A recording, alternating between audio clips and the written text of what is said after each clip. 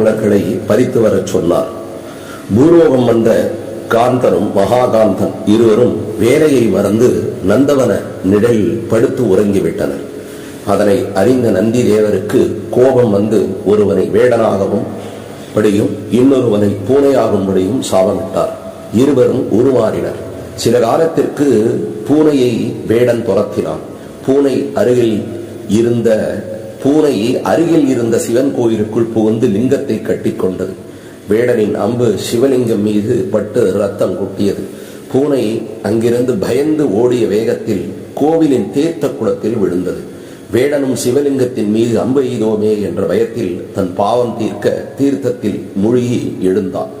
இருவரும் மீண்டும் காந்தன் மகாகாந்தனாக மாறினர். அன்றைய தினம் ஒரு மகா சிவராத்திரி தினம். பிறகு சிவபெருமானுக்கு மிகவும் பிடித்தமான கொன்றை மலருடன் சிவலோகம் சென்றனர் இருவரும்.